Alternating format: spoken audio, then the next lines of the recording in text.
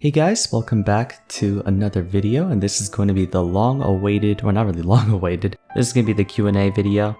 And yeah, so I've gotten roughly about, 29 questions on my community post and about 30 questions on my video. So I think that's a good amount to work with. I'm not entirely sure how long this video is going to be. I want to try to keep it under 30 minutes just for the sake of my own editing purposes, but yeah, I hope I can get through as many questions as possible. Again, I'm only going to really answer questions that are not related to video games based on information, more about my own involvement with video games, and I will answer personal questions, but since I'm a very, private person, I don't want to touch on too many sensitive topics just because I like to keep my online life and real life separate from each other. It's also like 1:50, it's almost 2 a.m. or 2 in the morning, so if I sound tired, then you know now. So let's get started. This first question, I'm just gonna put the questions on the screen, I guess, like from the person asking it.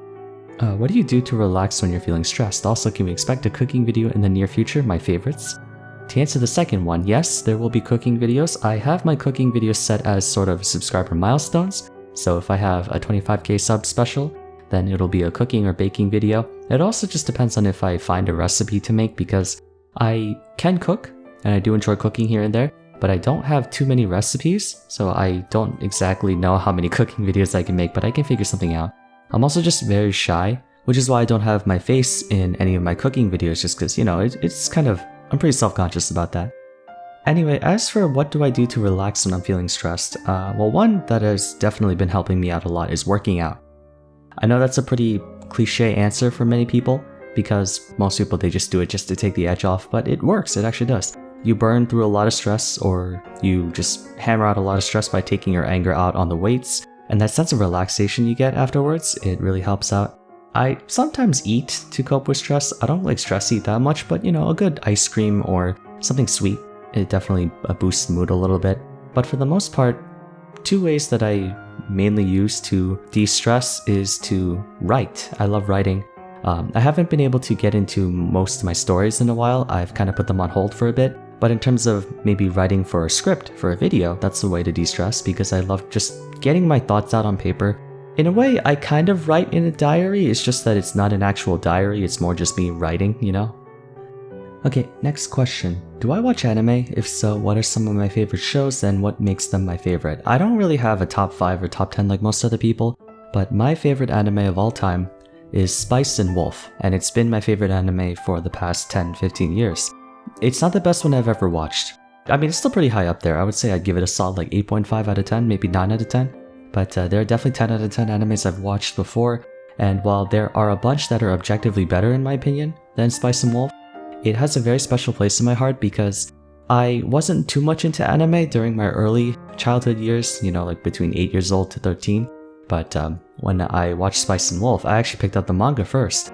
And then I decided to watch it, and it was such a beautiful anime. It had such a different twist.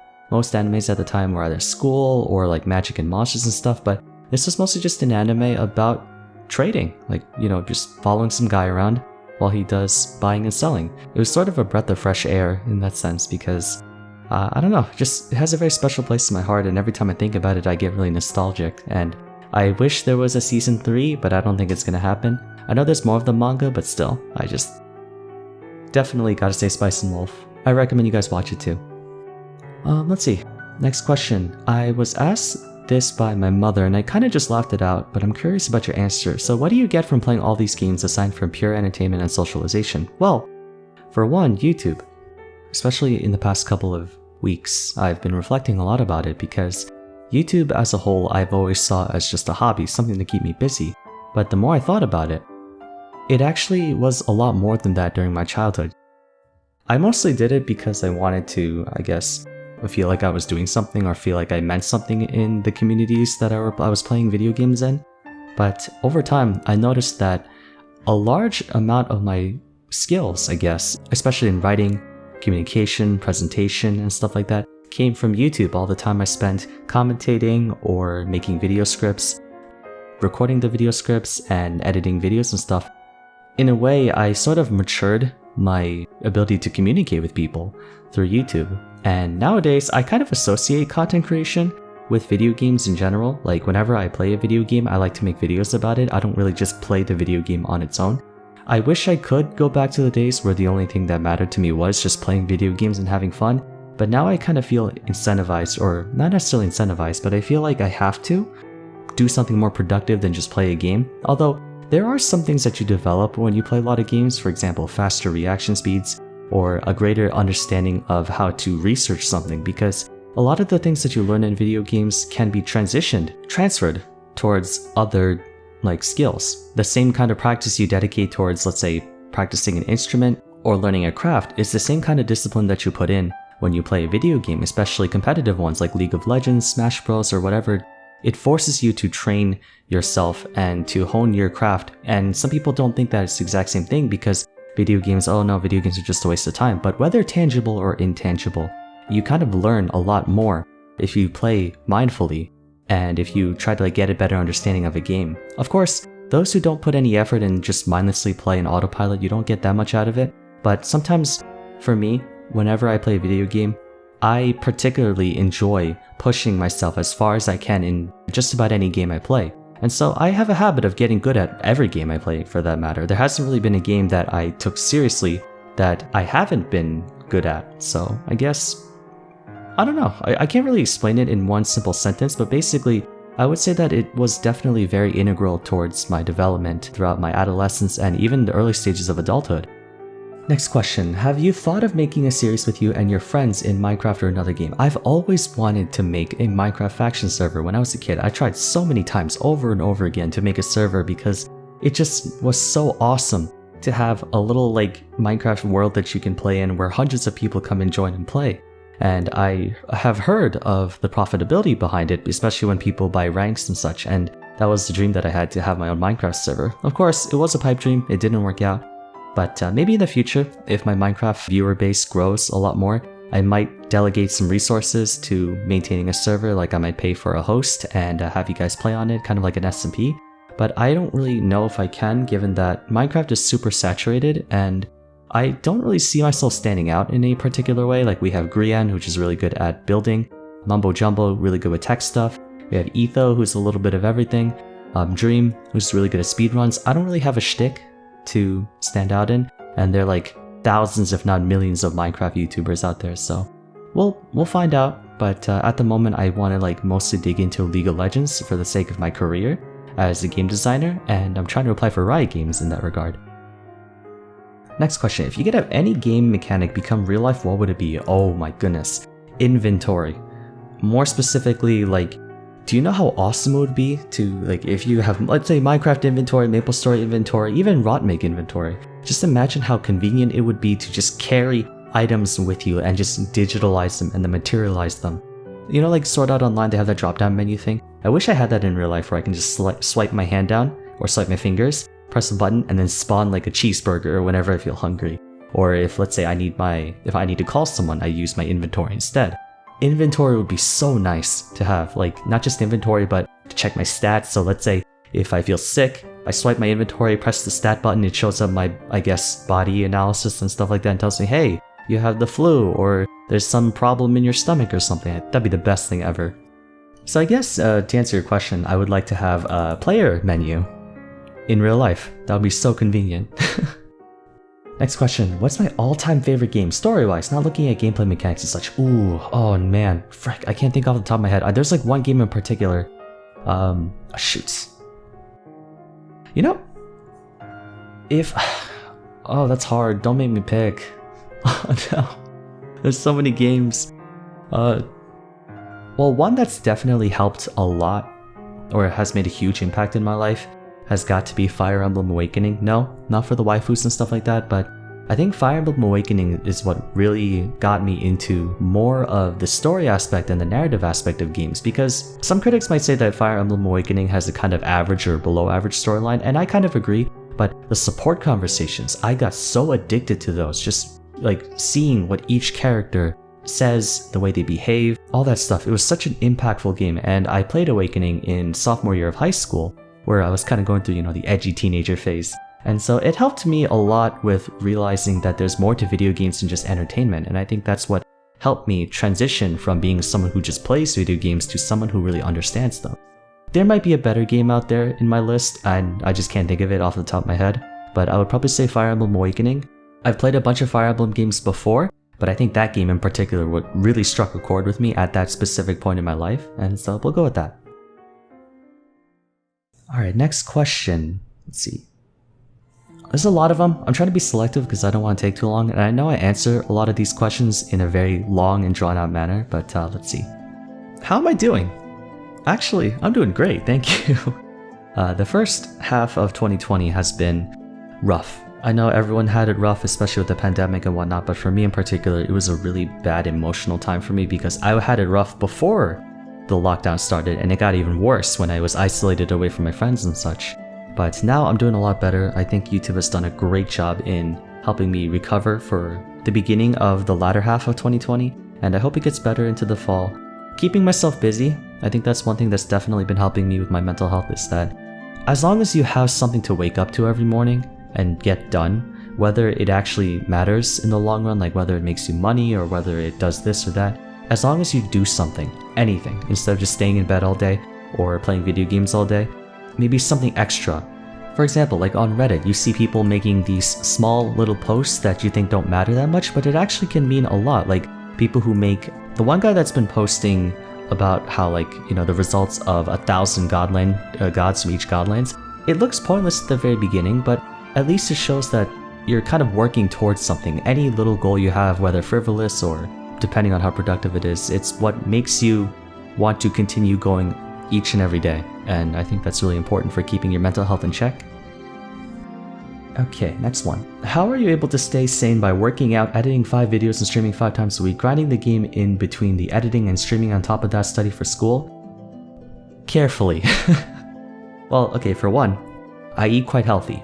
I cheat here and there. I like to have ice cream and junk food every now and then, but eating healthy, super important for maintaining your physical and mental energy a lot.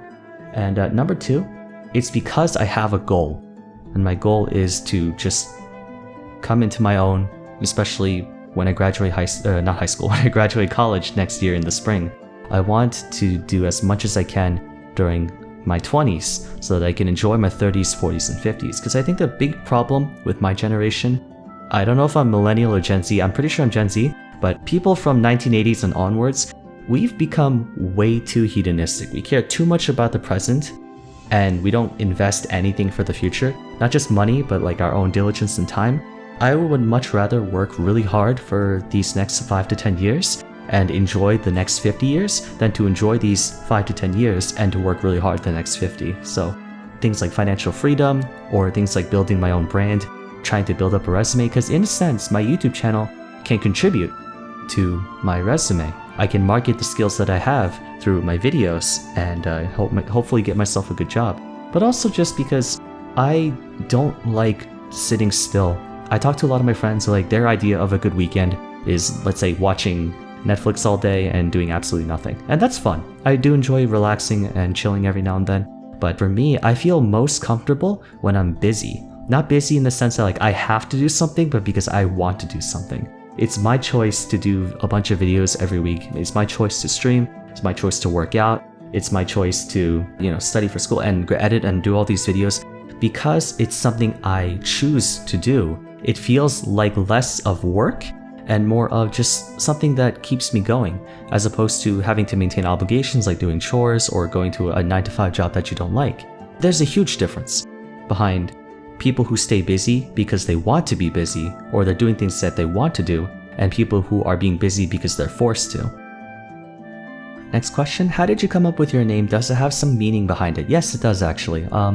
I've had 3 names, or technically 4 names for my YouTube channel. I promise this is probably going to be the last time. I really don't see myself ever changing, because Vars sounds pretty good.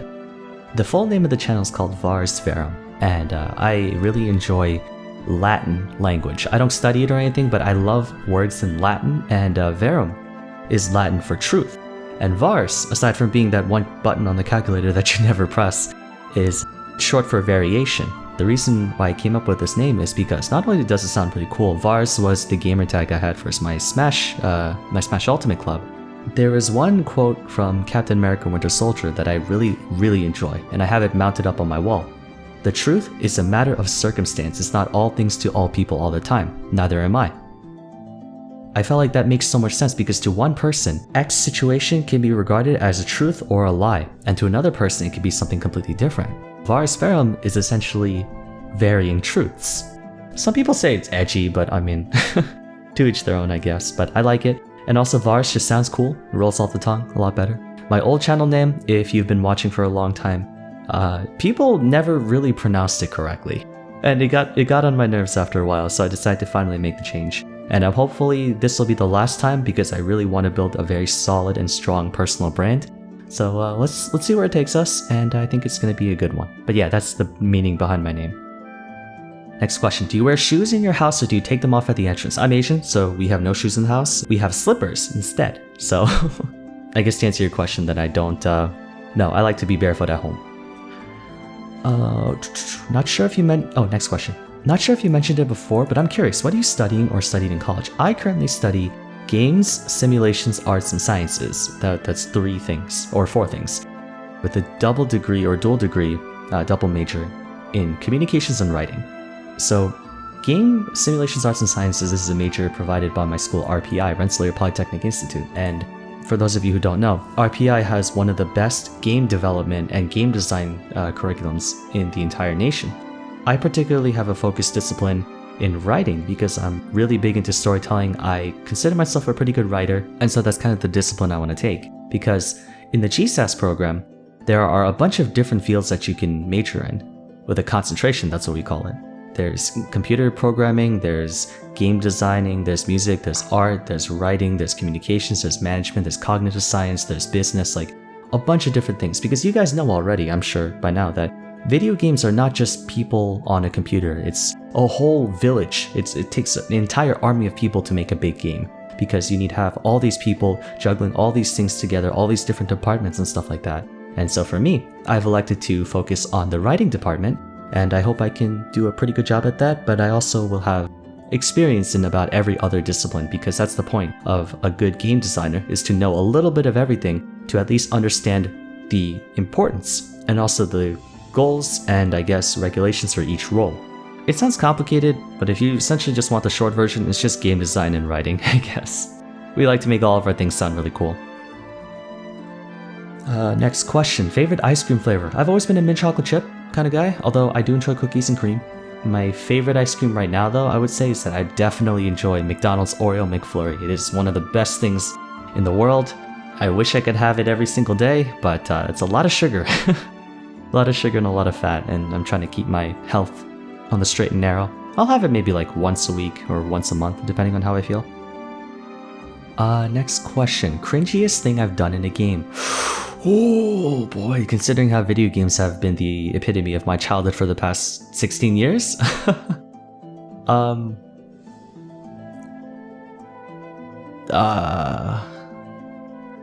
Yeah, let's not go there.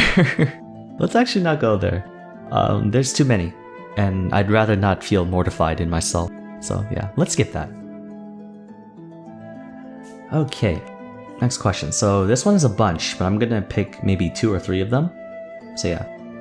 The first one I want to answer is, so what type of PC do you have? Like, did I build it or was it pre-built? So my current PC, my new one, I can leave the links to the specs in the description below, but it's a beautiful PC.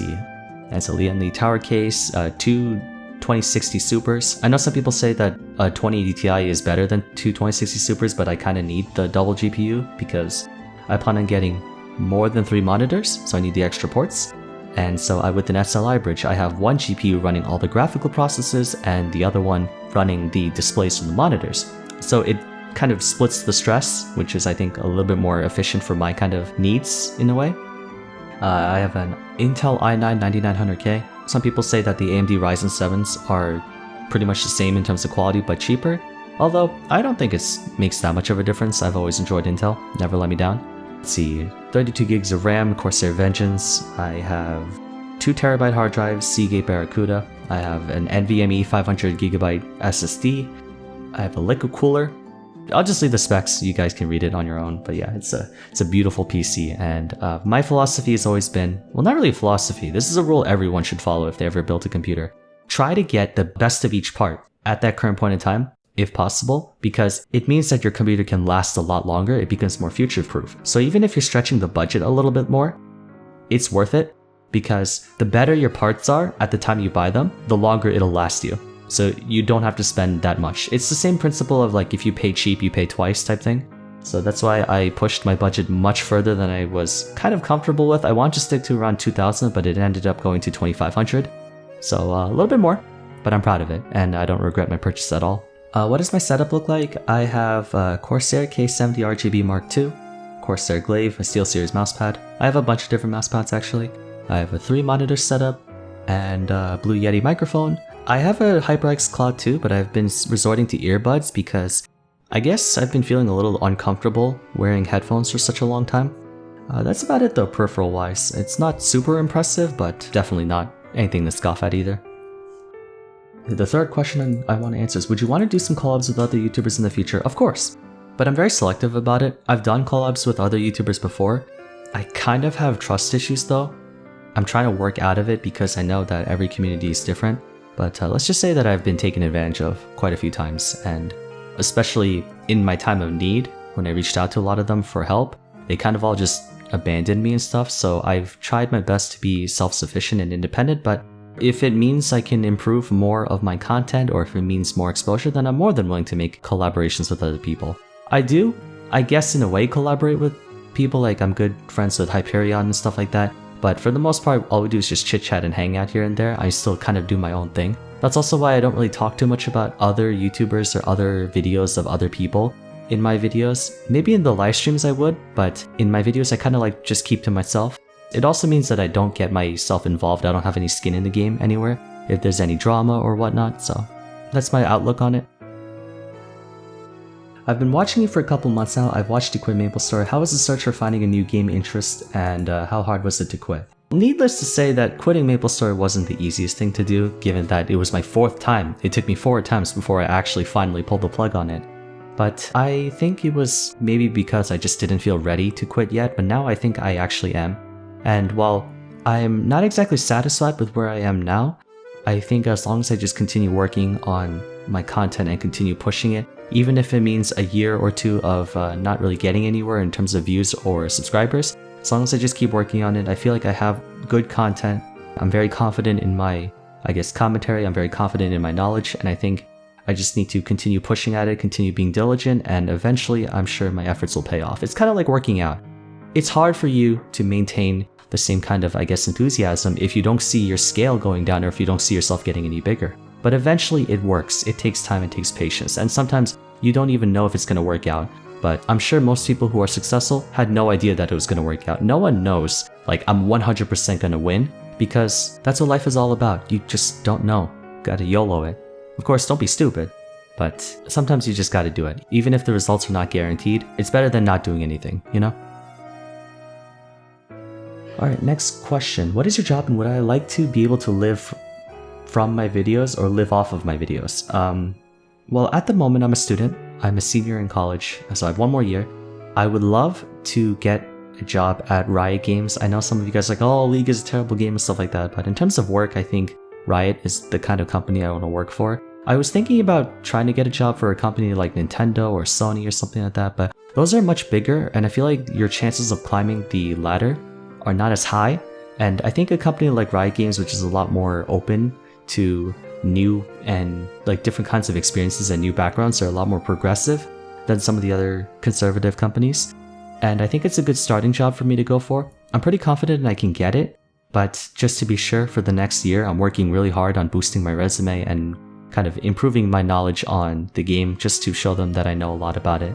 As for the second question, would I like to be able to live off of my videos? I would love to. Content creation is a dream career for me, but given the type of content I make, I'm just being realistic with myself. It's not that I don't think I can do it, but where I am now, I don't make the kind of content that is gonna go viral, really. The games that I play, aside from maybe League, are not big. They're not big games, they're not popular, they don't have a big enough community to be sustainable. I'm just being real with myself, you know, you gotta sometimes just face it. I don't think I'll ever be able to do content creation full time. I'll do it as a hobby, but I don't think I'll be able to do it just solely on its own. I'll need many more views and many more subscribers to make it worthwhile. It's good side money, make no mistake, and it's been helping me fund a lot of my hobbies throughout my teenage years, but as an adult, it can't pay the bills. I don't make enough. Time will tell. Like I said, if a miracle happens and I do strike it rich or something like that, or if I have my big break, then I'll give it a shot, but I'm trying to go at it the most prudent way possible. And so I'm taking care of myself and doing the things that are going to work, getting that security first, and then maybe if I rack up enough money, I might semi-retire, like work part-time, and then do this, mostly just because I love YouTube. YouTube has nothing makes me more excited to get out of bed in the morning and work than YouTube. So content creation as a whole, streaming and stuff like that, I would love to, but I don't think it's realistic to expect it. People think that YouTube is an easy job, and it's not. Unless you explode and go viral within your first couple of videos, it's really difficult. Behind every successful YouTuber with millions of subs are tens of thousands, if not hundreds of thousands of people who have failed. It's not realistic, and therefore I think you should set your expectations high, but keep your feet on the ground, make sure you don't lose yourself. Alright, we're at the 30-minute mark in terms of just the raw editing footage. I don't know how much I'm going to be cutting away, but let's try to wrap it up with a couple more questions. We're almost done. Would you rather fight 10 chicken-sized zombies or 1 zombie-sized chicken? Okay, that's a creative question. I would say 1 zombie-sized chicken, because think about it, look at all the meat you can get. Like, can I eat it? Because it's a zombie-sized chicken. It's not a zombie chicken, it's just a chicken that's as big as a zombie. That's a human-sized chicken. Do you know how much protein that is? Yeah, I'll take the zombie-sized chicken, not gonna lie. Let's see. Actually, I think I've gone through most of the questions I wanted to answer. Let me see if there's one more though, to wrap it up. What are my plans? Well, I already kind of answered that. My plan is to just, for the next year, is to continue working on my content, to finish school strong, try to graduate with a good degree, and get a good job, and sort of go about it like anyone else, and just continue making content in the best way possible, and I guess making you guys entertained. I'm really grateful for the community I have. It's not the size that I would like it to be. No YouTuber ever wants to keep the community size they have. They always want to get bigger and bigger. That's just an instinct that we have. But I'm really grateful for all the positive feedback and the streams that I've had and just the people talking to me. You know, every now and then I might get someone who's a little bit more on the abrasive side, or someone who doesn't have my best interest at heart. That's part of life, you know? And I'm just trying to mostly keep doing the things that I do well and to improve on the things that I don't do well. And I think over time, who knows? No one ever knows if they're going to get big or not. No one ever knows where they're going to be in the next year or so. In fact, every year I think I know where I'm going to be, and then when that year comes, I just get thrown all over the place. I don't know. I'm, I guess, apprehensive of the future in the sense that I don't know what to expect, but I'm also optimistic about it. I think I've done a lot of growing over the past couple of years, and for those of you who have been watching me ever since the days of Smartboard, it's truly a privilege to have you along for the ride all this time.